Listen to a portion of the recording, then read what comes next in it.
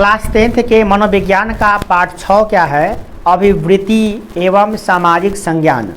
अभिवृत्ति को परिभाषित कीजिए, अभिवृत्ति के घटकों की विवेचना कीजिए। ये सबसे पहला क्वेश्चन है। क्वेश्चन क्या कर रहा है? अभिवृत्ति मन की एक अवस्था होती है। क्या होती है? एक अवस्था है। सामाजिक प्रभाव के कारण लोग व्यक्ति के बारे में, जीवन से जुड़े विभिन्न विषयों के बारे में एक दृष्टिकोण विकसित करते हैं जो उसके अंदर एक व्यवहारात्मक प्रवृत्ति के रूप में विद्यमान करती है, जिसे अभिवृत्ति कहते हैं। प्रत्येक मनुष्य का उसके जीवन के बारे में अलग अलग एक दृष्टिकोण होता है। प्रत्येक मनुष्य का जीवन का दृष्टिकोण अलग है। जैसे प्रत्येक सब आदमी का लाइफ है अप्रॉक्सीमेटली लगभग 100 वर्ष सब आदमी जिएगा, मान लेते हैं। ऐसे 70 एवरेज एज है। 70 वर्ष आप जो जिएंगे तो आपका जीवन, हमारा जीवन, उसका जीवन, उसका जीवन, सबका जीवन अलग अलग है।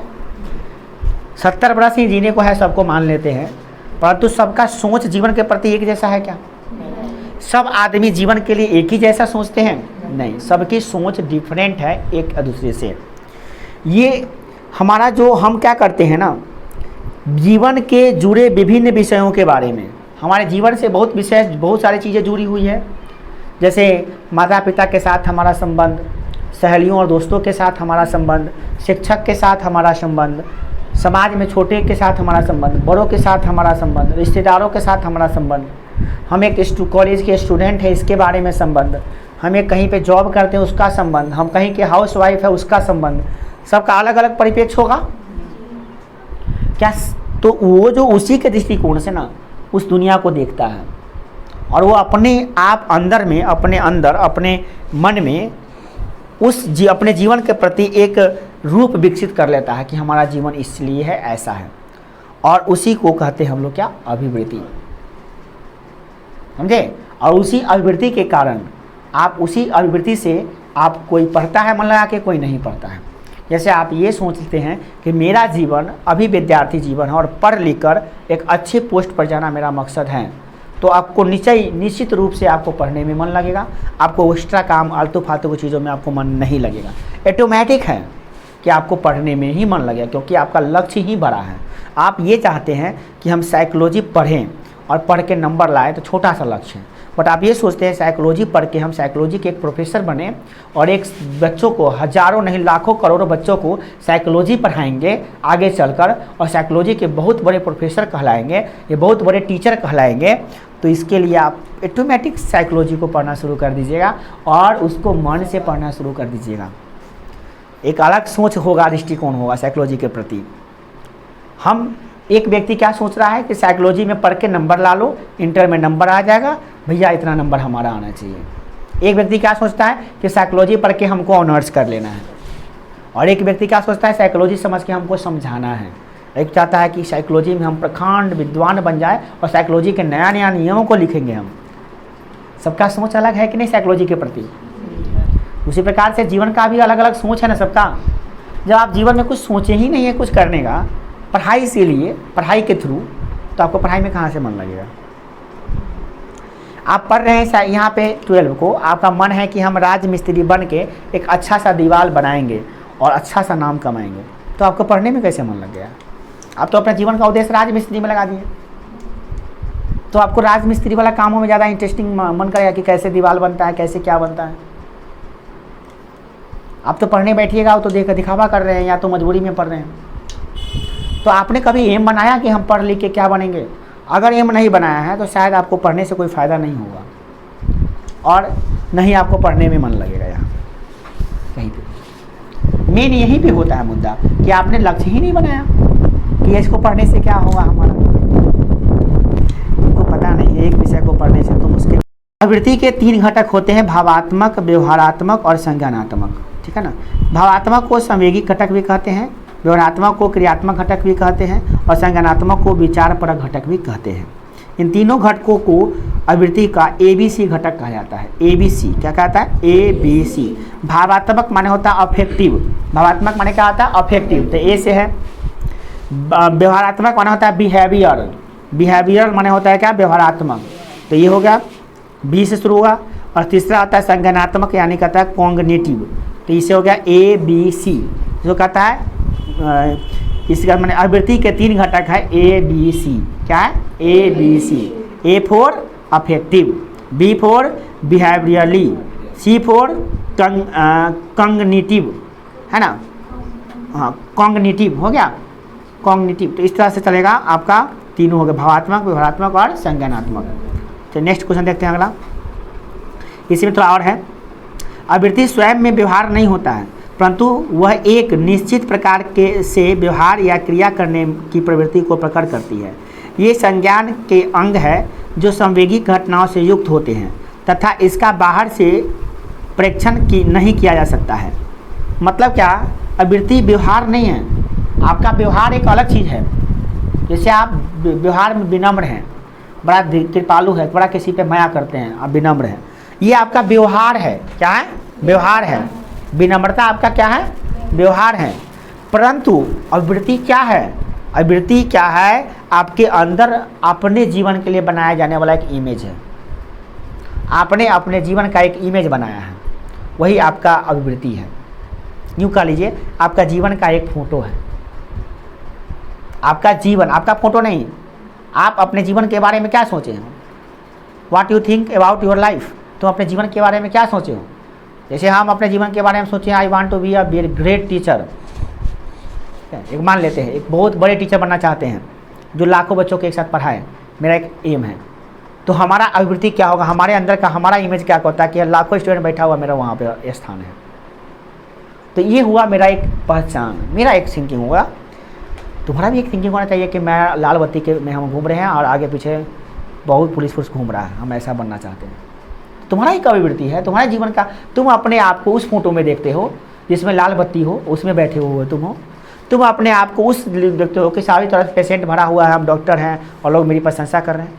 तुम अपने आप को एक क्रिकेटर के रूप में देखते हो, तुम अपने आप को एक सिंगर के रूप में देखते हो, तुम अपने आप को किसी और रूप में देखते हो। ये तुम्हारा एक आवृत्ति है और इसको तुम बाहर से प्रक्षेपण नहीं कर सकते हो, बाहर से दिखा नहीं सकते हो। ये तुम्हारे अंदर की चीज़ें होती हैं। बाहर से पुलिस का ड्रेस पहन लेने से, टोपी पहन लेने से और बंदूक रख लेने से, स्टार वाला चीज़ लगा लेने से तुम पुलिस नहीं बन जाओगे। तुम पुलिस नहीं हो जब तक तुम अंदर से नहीं हो। तुम्हारे अंदर वो भावना आनी चाहिए पहले। भले तुम्हारे शरीर पे वो वर्दी नहीं है, परंतु तुम अगर सोच लिए हो कि हम एक वर्दी वाला इंसान हैं, तो तुम्हारे अंदर ऑटोमेटिक वो गुण आते जाएगा और तुम अपने आप को अभी जवान समझते हो कि हम इस देश का एक जवान है। जवान है, जवान मूवी नहीं, जवान है। क्या आवृत्तियाँ अधिगत होती है? वे किस प्रकार अधिगत होती है, व्याख्या कीजिए। क्या आपका जो आवृत्ति है ये बदलता है, अधिगत होती है? क्या वो कुछ इसमें ऐड होता है और कुछ बदलता है, या कुछ चेंजिंग वगैरह होता रहता है? क्या जवाब क्या दीजिएगा आप? हाँ, आवृत्तियाँ अधिगत होती है, सिचुएशन का आधार पर बदलती भी रहती है। सामान्यतः आवृत्तियाँ स्वयं के अनुभव और दूसरों के अंतःक्रिया के माध्यम से सीखी जाती है। आवृत्ति कैसे? तुम अपने आप को कैसे समझ लिए कि तुम इस देश के जवान हो, इस देश के सैनिक हो? तुमने अपने आप मान लिया है, नहीं तो किसी दूसरों को देखकर तुम ये समझ गए हो कि उस तरह से पढ़ लिख कर एक देश का चाहे वो डीएम बना है तो हम भी डीएम बनेंगे, तो तुम उसको उस दूसरे को देख कर प्रेरित हो गए हो, यानी तुम अपने आप ही ठान लिए हो कि हम डीएम बनेंगे। ठीक है, इन आवृत्तियाँ का 2 मेन फैक्टर हैं। या तो तुम अपने आप मान लेते हो, नहीं तो किसी दूसरे को देखकर सीख लेते हो कि हम भी बनेंगे। ठीक। अधिगम की प्रक्रिया एक दशाएं भिन्न हो सकती हैं, जिसके परिणाम स्वरूप लोगों में विभिन्न प्रकार के आवृत्तियाँ उत्पन्न होती हैं। अधिगम की दशाएं भिन्न होती हैं क्या? सब जगह, जैसे कि तुम ऐसे मोहल्ला में रहते हो जहाँ के अधिकांश लोग आईपीएस बनते हैं, अधिकांश लोग सरकारी नौकरी करते हैं, तो तुम्हारी आवृत्ति सरकारी नौकरी वाला हो गया है, तुम्हारी आवृत्ति जॉब में जाने वाला हो गया है। तो सुबह उठते जागते तुम यही देखते हो कि बच्चे लोग तैयारी करते हैं, दिन रात पढ़ते हैं, 4 साल 5 साल तैयारी करने के बाद में कुछ जॉब प्राप्त कर लेते हैं। तो तुम्हारा अधिगम क्या हो गया? तुमको जो कहाँ से मिला शिक्षा, आवृत्ति कहाँ से उत्पन्न हुआ? तुम्हारा मोहल्ला से उत्पन्न हो गया तुम्हारे अंदर। एक बच्चा है जो सुबह उठता है तो ये देखता है कि मछली कैसे पकड़ते हैं, मछली को कैसे हाथ से पकड़ते हैं, जाल से कैसे पकड़ते हैं, तो वो क्या उसके अंदर गुण आता है भैया कि एक टॉप क्लास का मछुआरा बन जाएगा, मछली पकड़ने वाला। समझ रहे हो ना?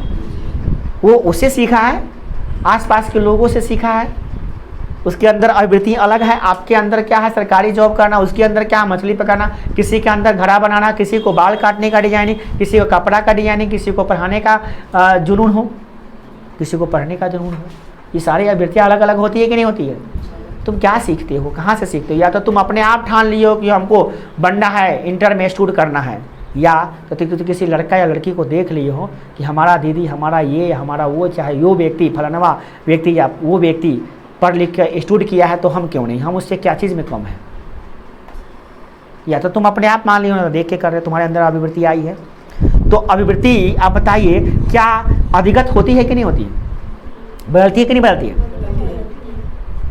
अभी तो मेरे साथ हो, तुम्हारे अंदर ये भी जुनून हो रहा होगा कि हम आज से पढ़ेंगे, अच्छा ढंग से समझेंगे और अपना ज़्यादा समय पढ़ाई पर देंगे। ये अब तुम्हारे एक अभिवृत्ति बना अभी अंदर। यहाँ से जैसे तुम निकलते हो, मान लो तुम्हारा दोस्त ऐसा है, लफंगा है, और वो पढ़ने पर ध्यान नहीं देता या पढ़ लिया है और वो कुछ नहीं लाइफ में कर रहा है, तुम उसके संग जा रहे हो, तो तुम्हारा अभिवृत्ति क्या बना देगा? वो तुम्हारा अभिवृत्ति को चेंज कर देगा वो, और तुम्हारा अभिवृत्ति उसी के अकॉर्डिंग थोड़ा चेंज हो जाएगा, इफेक्टेड हो जाएगा। अगर मेरा बात ज़्यादा प्रभाव दिल में लग गया होगा तो मेरी बातों पे अमल करके तुम पढ़ने भाग जाएगा, और उसका बात ज़्यादा इफेक्टिव हो गया कि चल भैया जवान का टिकट कटा, चल जवान मूवी देख कर आते हैं, तो तुम्हारा उधर इफेक्टिव हो जाएगा। क्या समझ रहे, बात को समझ रहे हैं ना? तबियतियाँ क्या होती है, अधिगत होती है, ये बदलती है हालात के अनुसार से, एक जैसा सेट नहीं रहती है। बात समझ आ गई? अगला क्या है, इसमें क्या होता है, ये कहाँ से उत्पन्न होती है, अभिवृत्तियाँ कैसे उत्पन्न होती है? पहला है साहचर्य के द्वारा अभिवृत्ति का अधिगम। विद्यार्थी अध्यापन के कारण एक विशिष्ट विषय के प्रति रुचि विकसित कर लेता है। यह इसलिए होता है कि उस अध्यापक ने अपने सकारात्मक गुण को दिखाते हैं।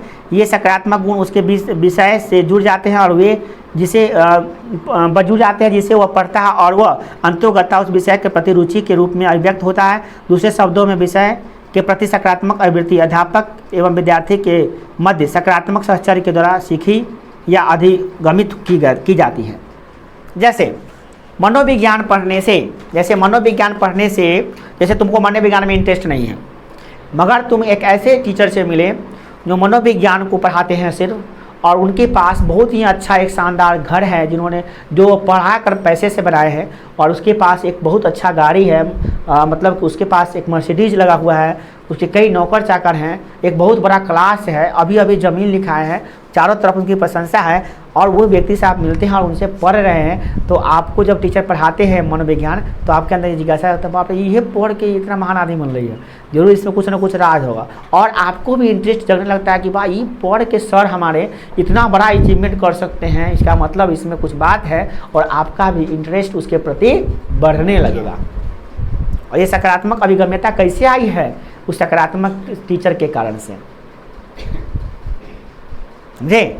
अगर कोई चीज़ हम पढ़कर एक गरीब बन जाएं, जैसे हम कुछ आपको पढ़ा रहे हैं क्या, भूगोल, और हम गरीब एकदम मरियल टाइप के इंसान हैं, और एकदम मेरा स्थिति एकदम भिखमंगे की जैसा हो गया है, तो हम आपको जो विषय पढ़ाएंगे आपको पढ़ने का भी मन नहीं करेगा। ये पढ़ लिख के तो भिखमंगा बना लेंगे, हम वो भिखमंगे बने जाऊँगा, होगा कि नहीं होगा? मगर जैसे ही आप देखते हैं कि सर पढ़ लिख के ये चीज़ कर रहे हैं, तो आपके अंदर भी तो एक पॉजिटिवनेस आती है कि हमारे सर जो है पढ़ के इतना तरक्की किए हैं कि अभी अभी जस्ट कार खरीदे हैं, अभी अभी ये ज़मीन खरीदे हैं, अभी अभी ये घर बनाए हैं, तो आपके अंदर सकारात्मकता आनी चाहिए ना, आती है ना, कि हम भी जब सर इतना पढ़ के इतना कर सकते हैं, तो एक विषय में हम बहुत अच्छा पढ़ेंगे तो सर से चाहिए हम भी पारंगत बन जाएंगे, हम एक ज्योमेट्री पढ़ा लेंगे, हम ज्योग्राफी पढ़ा लेंगे, हम होम साइंस पढ़ लेंगे, है कि नहीं है? सकारात्मकता आएगी कि नहीं आएगी? और दूसरा है पुरस्कृत या दंडित होने से भी आता है। जब कोई अच्छा काम करते हैं, जैसे आपका एक मनोविज्ञान का टेस्ट लेंगे, उसमें अच्छा रैंक आपका आएगा, अच्छा नंबर से पास किए हैं, 50 में 50 या 40 बना कर लाए हैं, ज़्यादा से ज़्यादा नंबर अचीवमेंट किए हैं, तो आपको हम पुरस्कृत किए कि बउआ आओ, और आप सब आदमी से ताली बजवाएं, एक उसको पेन दिए, और हम बहुत अच्छा कहे कि वाह बेस्ट, पेट थपथपाएँ कहे best, you are the best student of this class. तो आपके अंदर क्या आता है? एक भावना, सकारात्मकता आती है, और आपको पढ़ने का खूब मन कर जाता है, और घर जाके और ज़्यादा मेहनत करना शुरू कर देते हैं, और जो बच्चे नहीं पढ़ रहे वो भी इंस्पायर होना शुरू हो जाते हैं। तो कहीं ना कहीं ये पॉजिटिवनेस आया कि नहीं है? और दंडित होने से, इससे भी सकारात्मकता आती है। कभी कभी मान लीजिए आपको नहीं, आपका बेस्ट परफॉर्मेंस नहीं, सबसे बेकार परफॉर्मेंस होता है, और आपको 2-3 झाड़ छड़ी लगाते हैं, तो उस डर से भी आप सोचते हैं कि भैया नहीं कम पढ़ेंगे तो पिटाई करेंगे सर जी, इसलिए इस डर से भी पढ़ने लगते हैं आप। तो ये होता है कि नहीं होता है। तो ये पुरस्कृत या दंडित करना जरूरी होता है इंसान को। अब समझ में आया। मगर सरकार का नीति देखिए क्या करता है, मारना नहीं है बच्चे को, पढ़ेगा कैसे, समझ में आया। अब देखिए जैसे कि आप एक चीज़ और देख लीजिए, जैसे आप किसी ऐसी लड़की को देखती है जो नियमित रूप से व्यायाम करती है, नियमित रूप से योगा करती है, उसका शरीर बहुत ही सुडौल है, बहुत ही फिट है। जैसे मान लीजिए सपोज डेट एक मिस है लड़की है, जैसे शिल्पा शेट्टी है, वो हमेशा योगा करती है, हर दिन योगा करती है, प्रतिदिन अपना समय योगा के लिए निकालती है। उसका शरीर अभी भी उस वृद्धावस्था में भी यंगनेस के समान है, फिट, उसका फिटनेस बहुत अच्छा माना जा रहा है शिल्पा शेट्टी का। तो कहीं ना कहीं इसको देखकर आपके अंदर भी आता है कि हम भी योगा करें, हमारा भी शरीर फिट रहेगा, होगा कि नहीं होगा। तो ये आपके अंदर सकारात्मकता कैसे आया, उसको देखकर, है ना। और उसको क्यों, उस सकारात्मकता उसको क्यों कहा है, क्योंकि वो देखा। और एक बात देखिए ना, एक बालक है जो सड़ा गला चीज़ खाता है और लगातार बीमार रहता है, लिक है एकदम, चेहरा एकदम धंसा हुआ, गाल पचका हुआ, आँख धंसा हुआ, तो उसको देख के क्या लगता है, अरे ये वही लड़का है जो ठेला के सामने समोसा खाई जाता है भर दिन। उसको देखते तो घृणा आता है ना, फिर समझ आता है ना हम नहीं खाएंगे वो समोसा, उसको खाने से ये हाल हो रहा है लोगों का, होता है ना। और एक आदमी मान लीजिए रोज़ जूस पीता है, जो उसका काउंटर पे जाता है, रोज़ जाता है 2 गिलास जूस पीता है, उसका शरीर देखने में बहुत बच्चा तंदुरुस्त है, तो आपके अंदर भी सकारात्मकता आता है, भैया यहाँ से पीने से, ये पीने से ताकत आ रही है, तो थोड़ा सा ये दिमाग में आता है ना, मोटिवेटर मिलता है ना कि हम भी रोज़ सेवन करें इसका, आता है ना जी। तो ये सब, यही सब मोटिवेशनल चीज़ होता है, यही सब लोग सीखता है आसपास की चीज़ों से। आवृत्तियाँ आपके अंदर आती है, सकारात्मक आवृत्ति की, नकारात्मक आवृत्ति, कैसा आवृत्ति आएगा, समझ रहे हैं। इसीलिए